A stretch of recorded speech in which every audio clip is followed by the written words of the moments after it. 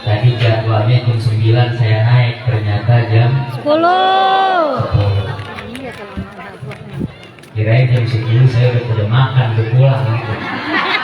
Ternyata belum makan. Jadi kita sama-sama lah. Lapar. Jadi kalau sama-sama lapar, insya Allah sama-sama ngerti, sama-sama pengertian. Kan sama-sama lapar. Ibu-ibu yang dimuliakan oleh Allah Subhanahu wa Ta'ala. Bukan megangin Bu, begini. saya nyari semua di sini. Ini.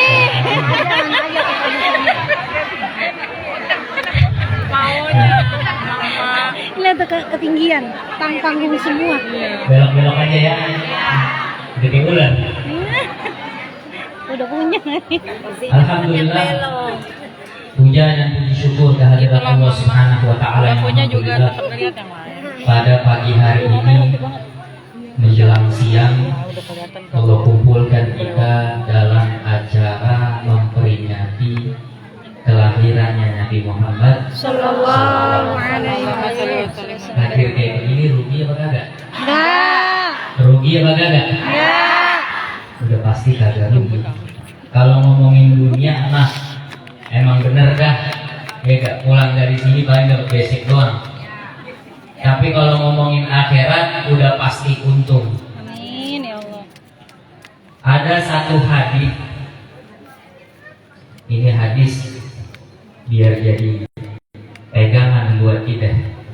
Ini hadis buat gembira kita pulang dari sini. Amin.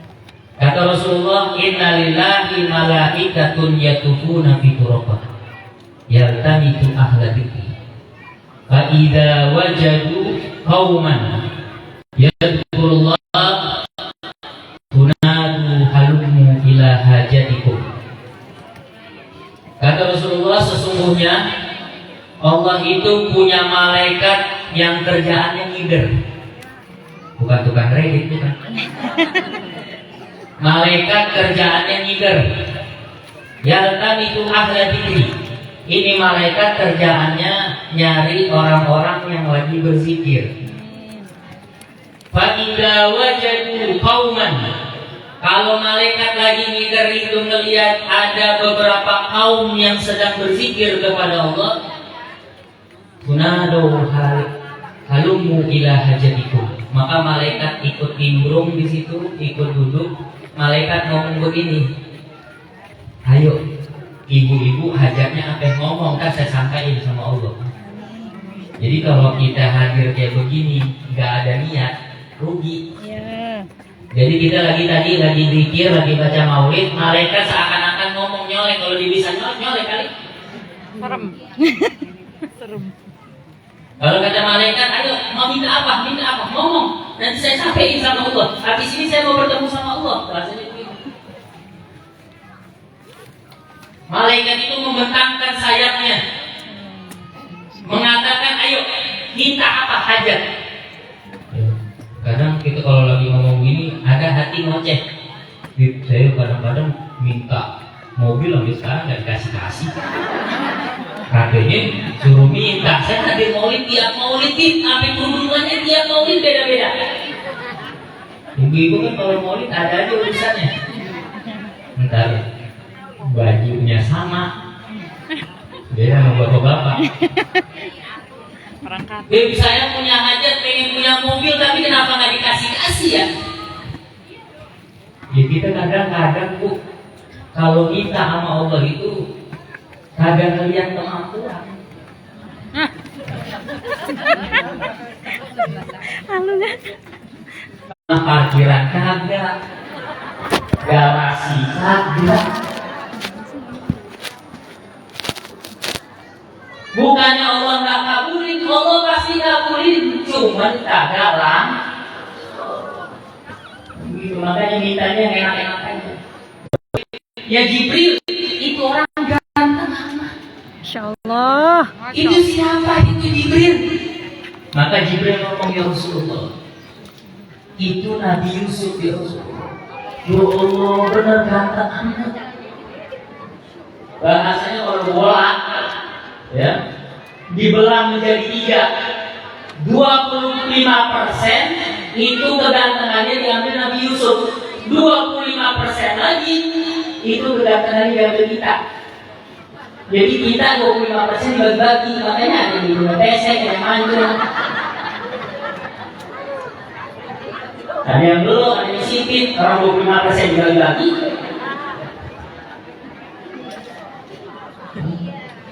Kata malaikat Jibril, ya Rasulullah, itu Nabi Yusuf, itu ciptaan Allah. Dan kita pernah dengar cerita ketika itu para perempuan dikumpulin megang apel. Pernah dengar pun ceritanya yang lain, pernah dengar? Nabi Yusuf keluar, apel dipotong, tangannya dipotong tidak berasa. Memang orang kalau udah cinta, panas gerah tidak berasa. Yang kegerahan udah mulai goyang, pantatnya pengen pulang.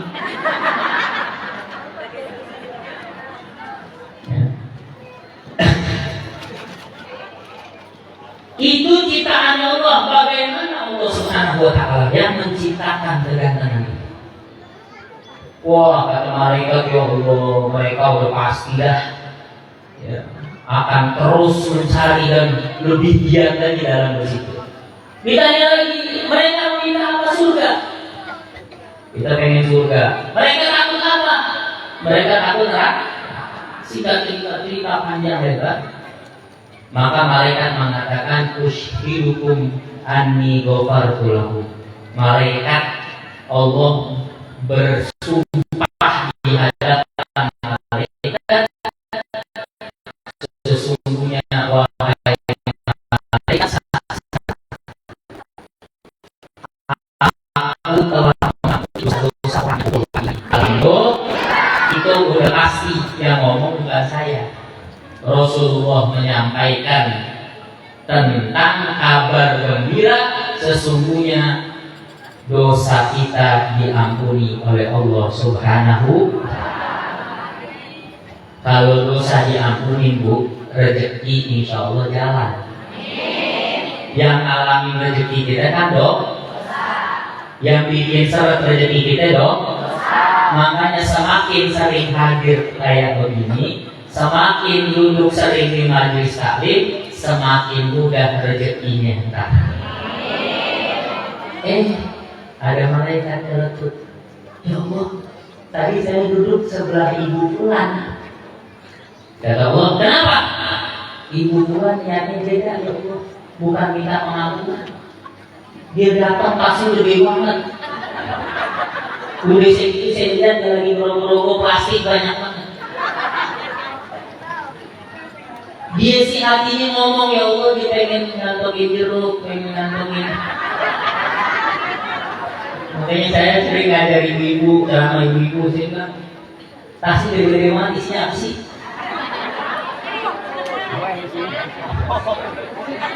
Gak apa-apa silakan. Panitia gini, iya. Tapi cuma air doang.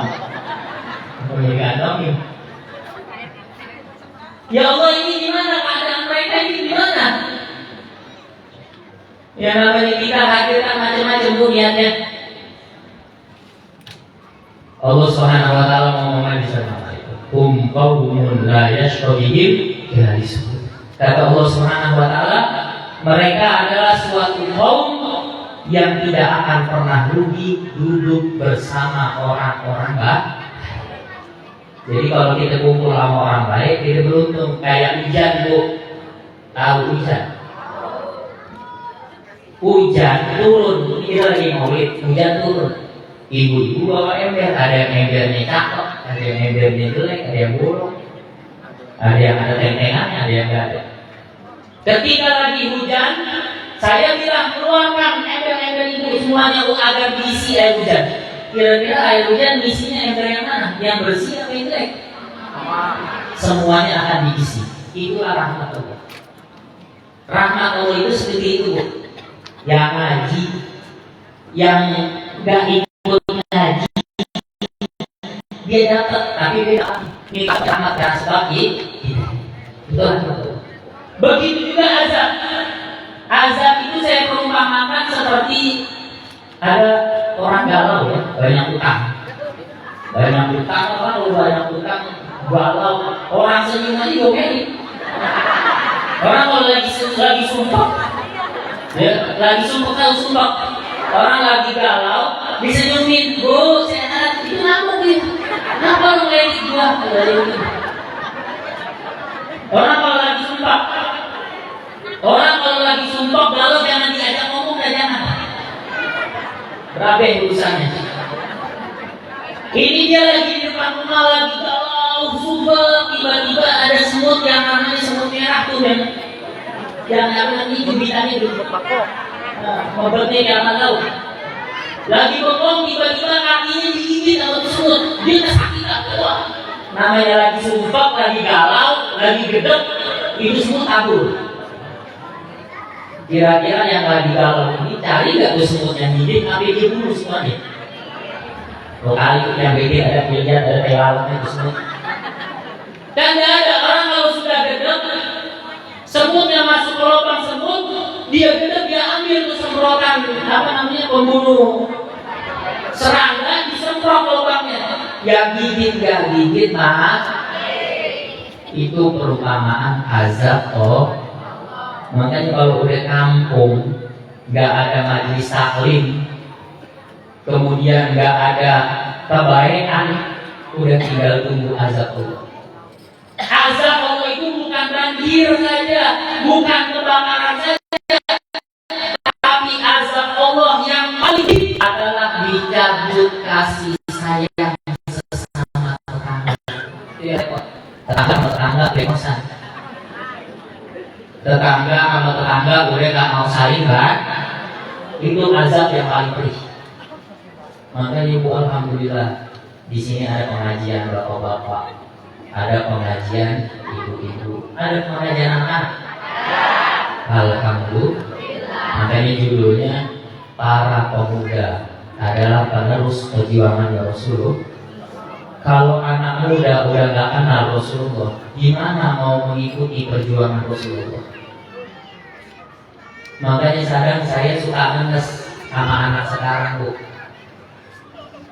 Ibu-ibu lebih perhatian urusan dunia daripada urusan akhir. Saya tanya, kalau ajaran baru di sekolahan, ibu-ibu kadang-kadang, ini kebanyakan yang ibu-ibu ya, bapak-bapak mah jarang mau tahu. Ini kasih duit, ini. Ya, ibu-ibu biasanya kalau ajaran baru, buku harus baru, baju harus baru, celananya harus, bukunya harus disam. Tapi kalau udah libur TTI, masuk TTI, gak ada gerakannya. Bahkan kita ngelihat orang ngaji, itu tangan panjang jadi tangan pendek, celana panjang jadi celana pendek. Artinya apa? Itu baju dari kelas 1 sampai kelas 6 ada di pipi. Dari kesunatan sampai kelas 6. Tuh celana dari celana panjang sampai celana pendek. Gak pernah diganti, api duduk itu tetap banget. Yang lebih parahnya lagi, kali ada banyak di sini. Yang lebih parahnya lagi, ikrohnya sambulnya bilang. Ikroh satunya udah mulai berantakan, belum-belum inklusivitas, gak pernah diperhatiin. Gimana anaknya dewasa itu akan menjadi penerus Rasulullah kalau dia dari kecil saja sudah tidak pernah diajarkan urusan agama? Sekarang saudara kita lagi di Palestina, lagi diserang, dibantai. Ini mereka saudara kita. Kita nggak bisa bantu dengan tangan kita doain dia. Anak sekarang maka enggak ngapek, kalau ngapek minum kopi sambil main ada pedulinya sama saudara. Kenapa? Karena dari kecil sudah tidak pernah diajarkan agama. Bu, saya mau kasih tahu. Orang untuk ilmu, untung apa rugi? Orang untuk minta ini ibu. Anak kalau punya ilmu, untung apa rugi? Nih saya mau kasih tahu, keuntungan orang untuk ilmu. Mana enak? Orang jadi kerja urusan dunia yang gak pasti, apa urusan akhirat yang pasti.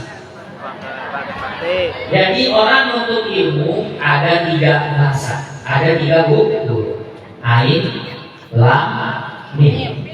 Ain, lam, mim. Ain, lam, mim ini ketika bersatu maka terbentuklah kalimat ilmu. Ini ilmu. Kalau anak kita kita bahasa bodoh, belajar agama, terus anak kita suruh cari ini kalimat 3 ain lam mim, maka anak ini pasti akan mendapatkan 3 keuntungan. Ini 3 keuntungan. Saya jelasin. Yang pertama ain. Ain daripada ilmu itu artinya adalah ilyin, tinggi. Orang kalau punya ilmu, kalau anak kita punya ilmu, itu udah pasti kita akan ikut tinggi. Anak kita tinggi dihormatin, kemudian tingginya itu gak sendirian.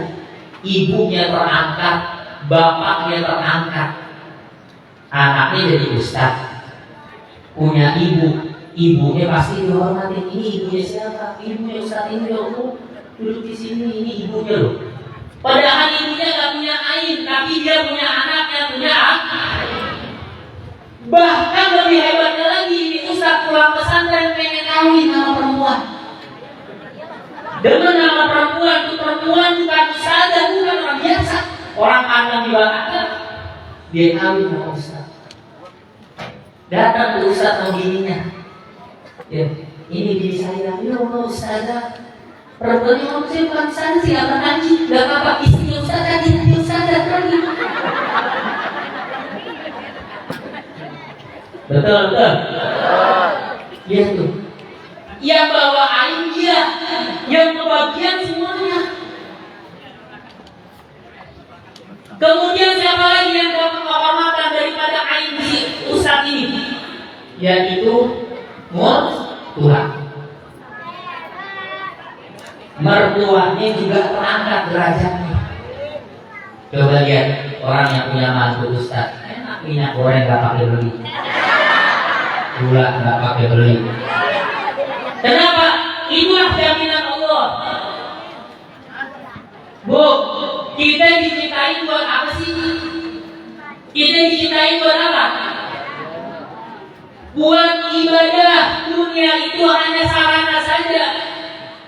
Intinya apa? Silakan kalian cari dunia, tapi jangan pernah tinggalkan tujuan kalian, yaitu ibadah. Wa ma khalaqtul jinna wal insa illa. Ibadah itu tidak akan terlaksana kecuali menggunakan ilmu. Ibu mau sholat kayak gimana pun, kalau ibadahnya kagak datang, ibadahnya kagak benar, itu ibadah gak bakalan bawa manfaat. Contohnya sholat dah. Di sini ibu-ibu sholat. Saya sering bilang sama anak majlis, kita ini sholatnya ada 2 macam. Ada sholat keturunan, ada sholat dengan yang bahaya ini sholat keturunan. Tahu sholat keturunan? Melihat emak bapaknya sholatnya begitu, ya dia ngikutin aja. Kagak ngerti mana aurat, dia kagak ngerti. Makanya Bu, kalau saya ke rest area, saya sholat di masjid, itu saya lihat ibu-ibu sholatnya semuanya, hampir semuanya saya lihat tidak benar. Kenapa saya katakan hampir tidak benar? Pakai mukenaknya itu udah tidak benar. Dagu kemana-mana. Ini kalau ibu-ibu sholat pakai kerudungannya model begini, sholatnya agak sah. Dagu kemana-mana. Orang kalau sholatnya tidak sah, maka kayak orang kerja, kerjanya kagak benar. Kira-kira orang kerja kagak benar, kerjaannya diterima apa kagak, digaji apa kagak? Dipecat iya. Padahal dalam sholat ini inna sholata tanha 'anil fahsya'i wal munkar. Sesungguhnya di dalam sholat itu ada pencegahan perkataan keji dan mungkar. Rajin sholat masih ada mulutnya pedas. Rajin sholat masih ada mulutnya nyakiti orang dulu. Kenapa? Berarti sholatnya tidak membawa.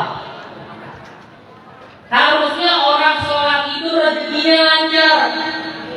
Sayyidina Imam Bukhari, Abu Hurairah, beliau pernah curhat sama Rasulullah tentang sempitnya rezeki. Allah suruh Imam Abu Hurairah mengatakan Rasulullah di dalam ayatnya diperintahkan Abu Hurairah mengatakan wa ahlaka bis-shalah wasbir 'alaiha la nas'aluka rizqan wa nahnu narzuquka wa aqibatul taqwa. Ketika Abu Hurairah curhat kepada Rasulullah tentang sempitnya rezeki, Imam Abu Hurairah disuruh sholat dan sabar atas sholat. Maka ibu orang kalau udah berkaitan dengan uang itu sabar. Yang ngantri sembako cuma 70.000 desak-desakan. Makanya di dalam ayat itu sholat, sabar, jangan pikirkan rezeki. Aku yang memberi rezeki. Itu harusnya seperti itu. Kenapa? Karena sholat kita masih berakal. Coba kembali lagi kepada ilmu. Mertuanya diangkat. Bahkan bukan di situ aja. Kalau ada ustaz punya anak masih kecil, ini anak agak sedikit bandel anaknya ustaz. Dia lewat tangannya kalau orang mencakin. Nah ustaz nih, dia lagi duduk, ustaz nih otak gue. Anak ustaz jadi dia gue takut banget. Kalau seandainya ditonjok nggak bisa, cuman karena dia anak yang punya aib, jadi kita takut melawan. Ini bocah bukan ustaz, kebetulan lagi bader ini kayak tahu keturunan lagi sono lagi sini. Hati mama tuh anak bader, bukan anak ustaz tuh lagi. Padahal ini anak kecil, ilmu juga kaya karena dia berdempetan dengan orang yang punya ilmu, jadi murid. Enak apa enak? Yang kedua, ini yang paling penting zaman sekarang. Anak kalau punya ilmu, dia akan punya kalimat lam di situ. Lamnya itu adalah latih atau ulfah. Ulfah di sini artinya lembut. Bocah sekarang dari yang lembut. Bocah sekarang bergalak-galak. Benar kata Rasulullah, nanti di akhir zaman akan ada di mana ibu-ibu perempuan akan melahirkan rajanya atau tuannya. Kalau dulu kan orang dulu banyak orang dulu, ibu-ibu orang tua maksudnya ibu-ibu tua dulu. Dulu kalau nggak bisa ngaji diempos. Dulu sama orang tua takutnya yang nggak tahu. Kalau bocah sekarang nggak ada takutnya sama orang tua yang takut sama anak. Betul.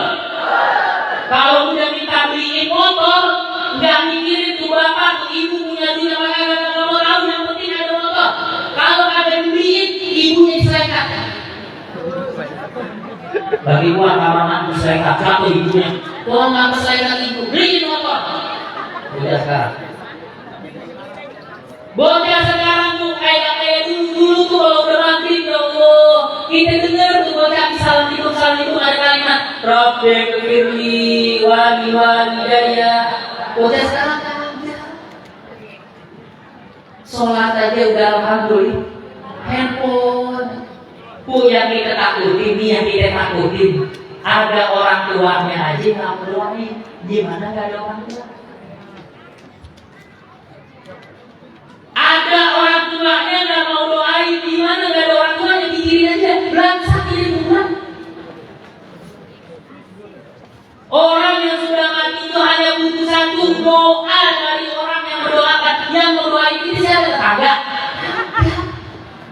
Kalau kita mati yang mau doain ini siapa? Anak-anak ini karena merasa dia orang tua. Makanya saya lihat terus Pak, orang Betawi punya anak di jalan. Orang beli murah, dia bapaknya dia mana ibunya, yang kalau bapak meninggal kubur situ ya, di kuburan sini, dikubur tuh anak tapi itu bapaknya dikubur. Yang anaknya kagak punya ilmu, lihat mandangin bapaknya di luar depan jalan, karena makin mahal. Ini kalau dijamin begini aja sayangnya ada di kotakan. Bu, di kampung saya pernah lihat dulu, saya dulu ngajar. Saya ngajar di Gojek dengan mobil saja. Saya lihat ada ruang hiburan di situ orang Betawi asli. Saya kalau lewat suka Al-Fatihah. Subhanallah, sebelah kuburan tuh bapak ada sekolahan besar. Nggak lama saya lagi ngajar, kuburan hilang jadi warung. Ini kuburan kemana? Saya biasa Al-Fatihah, kuburan jadi warung. Siapa yang bikin warung? Itu bikinnya. Lalu saya mau turun, saya mau tanya di kuburan kemana, aku dia berantem namanya bocah itu sayangnya. Tiap malam di situ buat main gaplek. Kalau bocah sekarang kalau malam minggu main gaplek, ketawa nggak jelas, itu apa sekarang? Gimana mau jadi penerusnya Rasulullah kalau bocah udah model begini? Makanya kata guru saya, negara kita ini bukan krisis ekonomi, bukan. Negara kita ini krisis anak-anak baik udah sedikit. Kenapa? Karena orang tuanya tidak pernah mengajarkan tentang ilmu agama. Makanya kalau anak durhaka sama orang tua, jangan salahin anaknya, salahin orang tua. Kenapa masih kecil tidak diajarkan untuk kenal ilmu sehingga berbakti kepada kedua orang tua? Kalau memang nggak mau pesantren bu, minimal ada masjid, ada TPQ, sore ngaji tidak. Yang penting bahasanya dejeluk, yang penting merah. Nggak merah-merah banget, yang penting merah. Ketika dia sombong sama orang tuanya, masih ada pikiran, bu ini sombong sama orang tua, mau kalah. Minimal ada kalimat kalah. Bocah kalau ada kenal ibu sama sekali, kalimat kalah nggak bakalan ngerti ya. Orang tua menganggap ya untuk babu, tahu babu? Orang tua dianggap suruh sono, mak ini mak, mak ini mak, mak ini mak. Anak kalau udah durhaka sama orang tua, gak bakalan berkah hidupnya. Gak bakalan berkah. Tuh anak mau kaya gimana, tetap itu anak akan merasa susah. Karena kunci kesuksesan akhirat tidak ada di orang tua. Bahaya bu. Ada sebuah cerita Al-Imam Syekh Abdul Aziz Dabakh. Beliau ulama besar, di kampung dianggap ulama, tapi malaikat kesian sama dia. Namanya ada di pintu neraka. Rajin sholat, rajin ibadah, tapi namanya ada di pintu neraka. Malaikat turun ngabari ke Syekh, saya mau ngabarin, saya kesian sama kamu sholat rajin, tapi namanya ada di neraka. Kata Syekh Abdul Aziz Dabakh, urusan surga neraka bukan urusan saya, urusan Allah. Ketika Syekh Abdul Aziz Dabakh mengatakan itu, malaikat terbang lagi, ternyata namanya sudah tidak ada di neraka, berpindah ke surga. Kabarin lagi ya Syekh, alhamdulillah namamu sudah ada di surga. Kata Syekh Abdul Aziz Dabakh, ngomong lagi, itu bukan urusan saya, surga neraka urusan Allah. Syekh Abdul Aziz Dabakh penasaran kenapa sih nama saya sempat ada di neraka. Maka malaikat ngomong, ya Syekh, ingat gak 40 tahun yang lalu? Apaan itu 40 tahun yang lalu? 40 tahun yang lalu dulu kamu itu lagi rebahan di kamar, dengar suara gesekan sendal ibumu untuk memerintahkan kamu beli garam, kamu pura-pura tidur. Gak mau cengkak, ibu datang itu suruh tidur aja. Nggak mau cerita, aku nggak mau, nggak, diam bang. Itu sudah termaktub namanya, karena sebab itu sudah ada di neraka. Gimana bocah-bocah sekarang? Ya.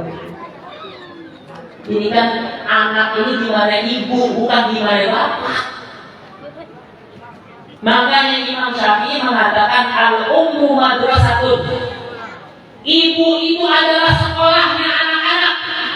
Kalau sekolah sudah kurikulumnya tidak bagus, maka jangan harap sekolah itu akan mencetak anak-anak yang sukses. Kalau sekolah itu kurikulumnya jelek, akan keluar bibit-bibit yang jelek. Makanya Imam Syafi'i mengibaratkan ibu-ibu adalah sekolah. Kalau sekolah, bagaimana caranya sekolah ini menjadi bagus? Kembali lagi kepada kepala sekolah. Siapa kepala sekolah? Suami. Jadi kalau suami pengen punya ibu atau istri yang soleha, suaminya dulu soleh, nanti istrinya akan soleha. Kalau istrinya soleha, udah barang pasti anaknya akan jadi anak soleh. Tungguin aja. Kalau ibunya rajin ngaji, suaminya rajin ngaji, ibunya demen sama ulama, suaminya demen sama ulama, udah enak banget Bu. Bahkan ada cerita tentang kehebatan ulama. Ini kita gak usah bahas Rasulullah, sudah luar biasa. Ya. Man tajalla fi qalbihi hubbu hatta Nabi sallallahu alaihi wasallam lam yaqin abadan fi dunyahu wala fi ukhrahu wala fi dinihi. Ada perkataan siapa orang yang mencintai Rasulullah, dia tidak akan pernah rugi selamanya. Urusan dunia, urusan akhirat, urusan agama. Ini saya mau cerita. Di dalam kitab Khosais Ummah Muhammadiyah, di dalam bab It'amut Ta'am Khairul Islam di Islam, ini Rasulullah bercerita kepada para sahabatnya. Rasulullah menceritakan ada dua orang soleh dan orang musyrik. Ada orang soleh, ada ulama, ada satu lagi orang ahli maksiat. Jalan berduaan. Tiba-tiba kata Rasulullah, orang soleh ini jatuh karena haus, panasnya, teriknya padang pasir. Orang soleh ngomong gini, wahai fulan, berikan airmu kepadaku agar aku bisa melanjutkan perjalananku. Ini orang gak pernah berbuat baik, mikir ini kalau saya kasih saya mati. Tapi kalau saya tidak kasih air ini kepada orang soleh ini, sungguh buruknya saya dikasih air. Akhirnya orang soleh melanjutkan perjalanan. Terjadi lagi berhisab. Orang maksiat masuk neraka, orang soleh masuk surga. Ketika orang soleh ini sedang diantar masuk di surga, tiba-tiba orang yang gak pernah berbuat baik manggil Tuhan, orang soleh ini dia ada apa? Ingat gak sama saya? Begitu. Ingat gak orang soleh sama saya? Ini saya. Ini siapa kamu? Saya yang dulu pernah kasih kamu air sehingga kamu bisa menjalankan perjalananmu. Dulu kau haus ingin mati, beri airmu. Oh iya, saya ingat. Ya orang soleh, dulu di dunia kau membantu, maka sekarang di akhirat mintakan kepada Tuhanmu, bantu aku agar aku diampuni dosanya dan masuk surga bersama. Maka orang soleh itu berdoa kepada Allah, dan Allah izinkan orang soleh itu memberikan syafaat kepada orang ahli maksiat, sehingga orang ahli maksiat itu masuk surga bersama orang-orang soleh. Artinya apa Bu cerita ini? Ini orang baru sekali kenal, baru nolong sekali. Gimana kalau semasa hidupnya dia punya guru, semasa hidupnya dia khidmat sama guru, selama hidupnya dia baik sama guru. Dia makanya guru saya bilang ke Alwi, jangan takut sama yang panasnya neraka selama kamu punya guru. Kita mau minta tolong sama siapa nanti di akhirat kalau bukan sama guru?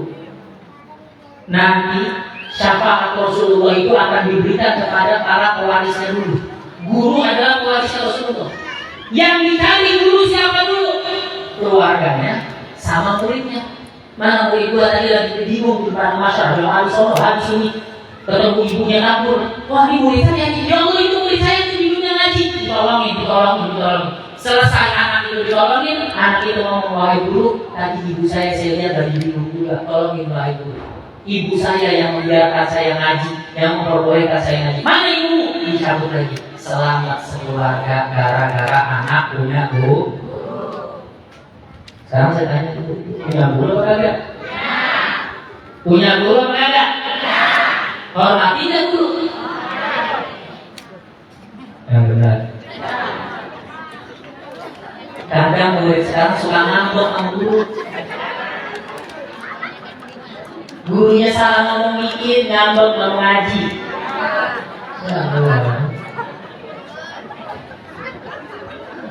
Gak pakai ngambek, gak bahasanya guru saya salah, saya lebih salah. Orang tua saya salah, saya lebih salah. Guru kan manusia juga, punya salah. Jangan guru dianggap seperti malaikat, gak pernah salah. Ini kadang murid suka ngambek sama guru, gimana mau berkah? Jangan pernah ngambek ke guru. Makanya saya bilang, kali ini jangan mati di bawah punya guru. Kalau udah punya guru, jangan takut sama panasnya api neraka. Insya Allah guru bakal tolongin. Tapi orang yang gak punya guru mau minta syafaat sama siapa? Minta syafaat sama Rasulullah, akan minta syafaat. Iya nanti yakin udah tenggelam, udah capek, baru dapat. Guru semua ngomong, ya Rasulullah, saya udah kasih syafaat murid saya semua. Tinggal itu orang yang gak kenal Nabi itu yang hidup dengan masih adalah ya Allah. Baru Rasulullah berikan syafaat itu semua. Semuanya masuk ke dalam orang yang amanah syafaatnya Rasulullah. Makanya ibu, anak punya ilmu enak apa enak? Enak apa enak? Makanya mumpung masih Allah kasih anak kecil, ntar anak kalau udah gede itu repot diajarin agak. Kayak pohon mumpung masih kecil bisa dilurusin. Kalau pohon sudah gede dilurusin susah, patah ya. Makanya bukan saya melarang ibu-ibu itu tidak melarang anak itu satu, ya silakan. Umat Islam harus dari umat yang paling kaya. Tapi jangan sampai lupakan urusan agama. Ada orang tua gak pernah ngajarin anaknya agama. Anaknya diajarin jadi musisi, tahu musisi? Yang tukang ngarang lagu. Bapaknya meninggal, itu anak tiba-tiba kangen sama bapaknya. Dia ngarang lagu semalam suntuk. Tidak, udah selesai lagunya dia pegang gitar, dia nyanyi di atas kuburan keliling shopping. Dia nyanyi gue di atas kuburannya. Ada ustaz lewat, jadi kayak gak ada tempat lain main gitar di kuburan. Disamperin, wahai Tuhan, kenapa main gitar di atas kuburan? Memang apa ustaz? Bocah ngambil selengean. Memang apa ustaz? Wah, galak banget.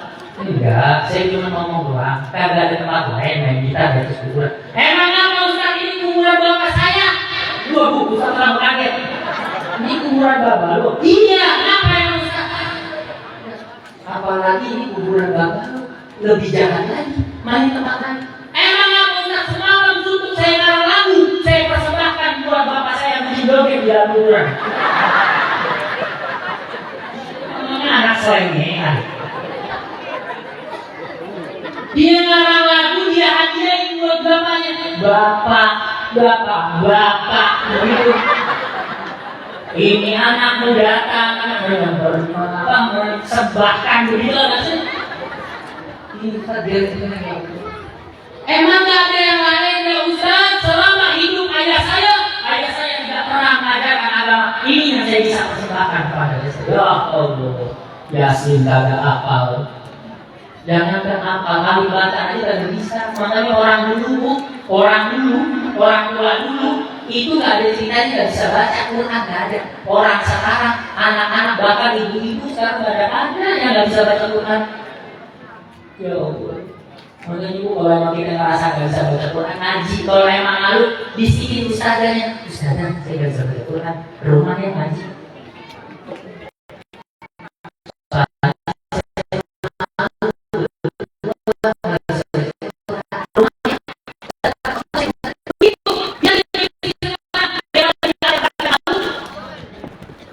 Ibu, kalau emang kita sadar kita belum duduk ngerti agama, jangan sampai anak keturunan kita begitu bodoh kayak kita usaha. Yang kita takutin kita hancur, kuburan kita hilang. Ibu mau kuburan hilang. Ibunya meninggal, bocah berantem sama kakak adiknya. Nengokin juga gak ada kuburan, lama-lama hancur hilang. Ditindih orang lain. Ya Allah. Sedih atau sedih? Makanya besok pulang dari sini beli Iqra yang paling bagus. Janjiin beliin sepeda. Tom, lu bisa baca Quran, mama beliin sepeda. Gak usah mikirin mau beli sepeda, duitnya tidak ada, gak mau beli sepeda. Bu, kalau udah urusan agama, jangan takut. itu udah urusannya Allah sama Rasulullah. Kayak orang bikin maulid itu, ya, kita bingung nyari dana, tiba-tiba dihantar ada aja ini makanan, ini saya nyumbang ini saya nyumbang ini. Itulah kalau udah kata guru saya, kalau udah urusan Allah, jangan pernah pikirin itu kasih Allah. Ngomong gini, ya Allah, saya udah janji sama anak saya, kalau bisa baca Quran saya beri saya, ya Allah ini tanggung jawabmu, saya udah janji. Entar kata Quran, Allah kasih rezeki berlimpah bisa beli sepeda. Ini urusan dunia, lo orang satu mau beli sepeda. Ini mak, saya udah Quran, alhamdulillah. Responnya kan ada. Kadang emaknya lebih perhatian sama guru urusan dunia daripada guru ngaji. Guru ngaji bilang mak, guru ngaji orang tahu mana pak. Nama kita mau bilang beli tadi itu apa 2.000 kasih 2.000 Ustaz. Ya Allah, padahal tuh Ustaz mendidik anaknya biar tapi nggak ada sama sekali perhatian. Anak itu merekam, anak kan kaset kosong bu, direkam semua ritual ibunya suka main TikTok, anaknya lebih main TikTok. Ibunya joget-joget di kamar, anaknya berarti, oh ibunya tiap hari gini. Kan saya bilang di awal, kalau suaminya suka main joget-joget, istrinya ikut joget-joget. Kalau istrinya ikut suka joget-joget, anaknya juga ikut joget-joget. Jadi dalam kehidupan seperti itu. Istri ngikutin suami, anak ngikutin istri. Makanya kalau ada suaminya suka kawin, anaknya belum tentu suka kawin. Jadi kalau ibu-ibu ada mantu, ini anak siapa? Oh bapak suka kawin tapi kok orang lain enggak. Karena anak gak ngikutin kejelekan bapaknya. Anak itu lebih memandang keburukan ibunya. Kenapa? Karena setiap hari dia duduk bersama ibunya. Anak lebih banyak sama ibu apa sama bapak? Makanya anak lebih ngikutin ibu. Makanya ibu bubar dari sini, ayo nyatin ya Allah, biar anakku punya ain, punya lam, punya min. Mimnya artinya adalah mulkun, raja. Orang kalau punya ilmu sudah pasti jadi raja, dihormati. Kenapa? Antum hormati orang punya ilmu karena dia punya ilmu, karena dia mengenalkan kita kepada Allah. Kalau dia nggak punya ilmu, nggak kenal Allah, nggak punya ilmu, nggak kita anggap biasa. Harta mengejar dia, harta itu seperti bayanganmu. Semakin ibu-ibu kejar, semakin kencang bayangan itu. Semakin kita cuekin itu bayangan, semakin mengikuti kita. Itulah perumpama dunia. Kalau dia punya ilmu, dia akan tinggi, akan lembut, dan akan menjadi raja. Ayo, tema pada pagi hari ini, pemuda calon penerus Rasulullah. Jangan jadikan tema ini tema yang setelah ini pergi, tapi jadikan tema ini tema yang benar-benar akan menjadikan anak-anak kita penerus daripada ajaran Rasulullah. Jadikan anak-anak kita mencintai Rasulullah dengan mengenalkan anak-anak kita di masa kecilnya siapa Rasulullah. Di rumah kita harus terdengar, ibu, siapa Rasulullah. Kadang kita nggak tahu kalau kita tanya nama Rasulullah siapa Rasulullah, tahunya Muhammad bin Abdullah doang, dia nggak tahu sejarahnya. Sedih, nenas Rasulullah nangis sebenarnya. Makanya ibu-ibu di sini harapan Rasulullah. Ibu-ibu yang hadir di sini adalah harapan Rasulullah untuk membesarkan anaknya mencintai Rasulullah. Siap bu, pulang dari sini, siap anaknya dikenalkan agama. Siap dikenalkan agama? Siap anaknya diperhatikan urusan agama? Insya Allah kalau ibu-ibu siap, ibu-ibu akan menjadi seorang tua yang paling bahagia. Orang tua yang paling bahagia adalah orang tua yang meninggalkan anaknya, anak menjadi anak yang soleh dan soleh. Itu orang tua yang paling bahagia. Orang tua yang paling bahagia tidak meninggalkan harta yang banyak, tapi dia meninggalkan anak-anak yang soleh dan soleh. Ya mudah-mudahan Allah Subhanahu wa Ta'ala Jadikan anak keturunan kita anak-anak yang soleh dan solihah. Dan mudah-mudahan Allah tidak bubarkan kita dari tempat ini kecuali Allah Subhanahu Wa Taala rubah keadaan kita menjadi keadaan yang lebih baik. Dikit amat yang amin. Bu, tahu amin bu? Bukan Anis, bukan. Amin di sini artinya adalah mudah-mudahan Allah kabulkan. Saya doa, ibu amin. Kan ini doa buat ibu, buat saya. Mudah-mudahan pulang dari sini ibu keadaannya diubah sama Allah jadi lebih baik. Mudah-mudahan pulang dari sini rezekinya tambah banyak. Pulang dari sini mudah-mudahan hajat dunia akhiratnya dikabul sama Allah. Mudah-mudahan pulang dari sini makin cinta sama Allah, makin giat ibadah sama Allah, makin cinta sama Rasulullah. Mudah-mudahan yang kumpul di sini Allah jadikan keluarganya keluarga yang sakinah, mawaddah, warahmah. Amin ya rabbal. Sebelum saya tutup bu, saya ada permintaan dari mana? Hah? Dari panitia. Sebenarnya mah panitia ngajak baik. Ya, kalau kata guru saya, kalau minta urusan akhirat itu nggak usah malu. Nanti orang yang diminta terima kasih. Bahasanya begitu. Saya minta duit sama ibu. Urusan masjid, urusan Palestina, urusan ini. Itu gak usah malu, nanti yang diminta terima kasih ngomong gini, kurang Ustaz makasih kemarin bikunya antum minta, kalau antum gak minta saya terima kasih, gara-gara antum minta jadinya saya ngasih, akhirnya saya dapat pahala. Tapi kata guru saya, kalau antum minta urusan perut itu adalah sebuah kehinaan. Minta dong saya belum makan, itu namanya kehinaan. Tapi kalau minta untuk urusan akhirat, itu nanti antum yang memberi akan berterima kasih kepada orang yang meminta. Kenapa? Di akhirat gara-gara ngasih akhirnya mendapat pahala. Tidak ada berapapun. Ada berapapun di kantong kita niatin buat Allah dan Rasulnya.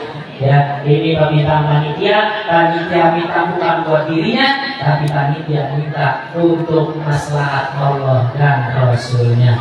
Ya, kita bersih ya. Kita bersih ya.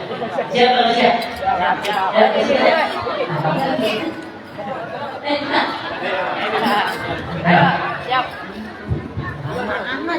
Ini siap sudah.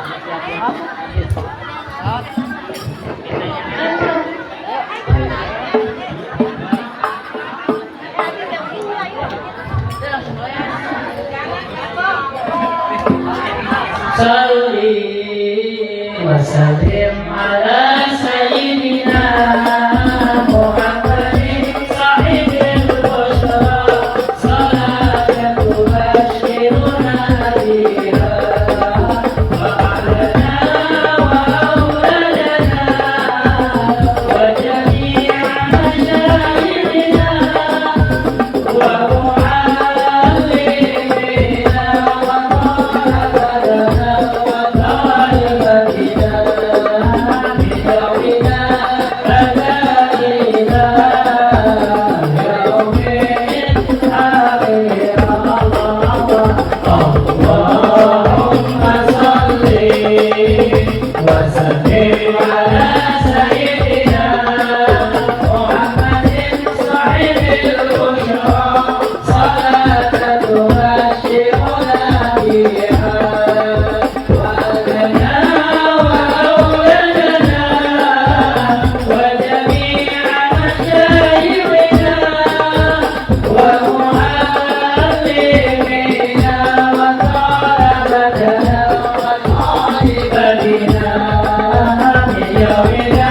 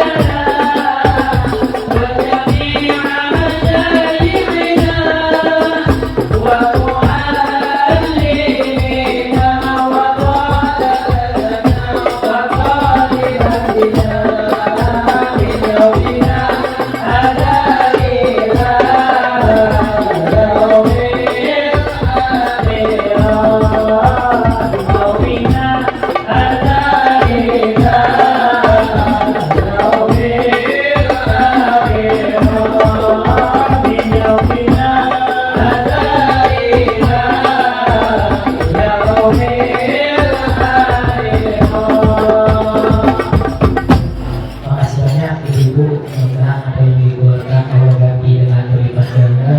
Mudah-mudahan apa yang Ibu keluarkan mudah-mudahan menjadikan keberkahan buat kita dan buat anak-anak nanti. Ya Rabbal Alamin, mungkin ini saja yang bisa saya sampaikan. Kurang lebihnya minta maaf. Assalamualaikum warahmatullahi wabarakatuh.